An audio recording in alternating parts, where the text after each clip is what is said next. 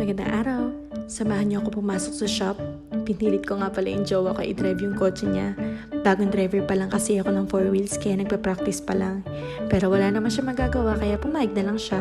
Pagdating namin sa shop, inantay ko si Ana, bagong trainee namin. Meron kasi kaming event next week kaya kailangan namin ng kasama.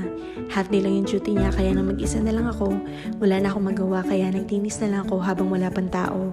Hindi ko na nga mabilang kung ilang beses ako nagpalipat-lipat ng mga gamit dito. Lalo na kapag may sobra sa kita, nakakapagpalit kami ng mga bagong gamit. Habang naglilinis nga ako, biglang may customer na dumating. Tapos nagulat ako kasi ang dami pala nila. Habang nagluluto ako, tinatawagan ko ni ate ko. Kailangan ko na kasi ng backup. Grabe, parang kanina lang halos wala akong magawa. Tapos ngayon dinadagsaan na ako ng gawain. Si ate nga pala uling gumawa sa drinks tapos ako tinuloy ko lang yung pagluluto. Pagtapos nito, diretso na ako agad sa pagliligpit. Medyo napaaga ngayon sara ako kasi may sold out na kami kanina.